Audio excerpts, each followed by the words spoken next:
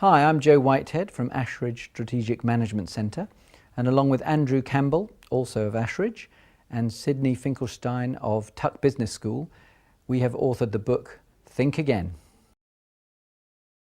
Think Again has two main themes. The first theme is that even great decision makers can make bad decisions. And we spend some time laying out the research that neuroscientists and a variety of different disciplines have come up with that show how the brain works, how it processes information unconsciously, how emotions come into play, gut feelings.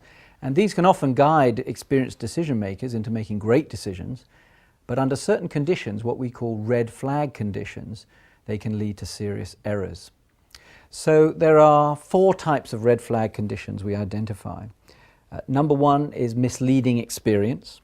For example, if you take the case of Royal Bank of Scotland, Sir Fred Goodwin had grown Royal Bank of Scotland from being a regional bank based in Edinburgh to really being a global bank spread across the world. His experience was that by acquiring banks, he could rationalise them, cut costs and grow the business. Unfortunately, he applied that experience to a situation where it was misleading. He acquired ABN AMRO, which was one of the most expensive banking acquisitions in history, paid for it in cash, weakened his balance sheet, and eventually bankrupted RBS because he was making that acquisition at the beginning of the credit crunch. And so his experience of acquiring in the good times didn't help him when it came to acquiring in the bad times. There are three other red flag conditions.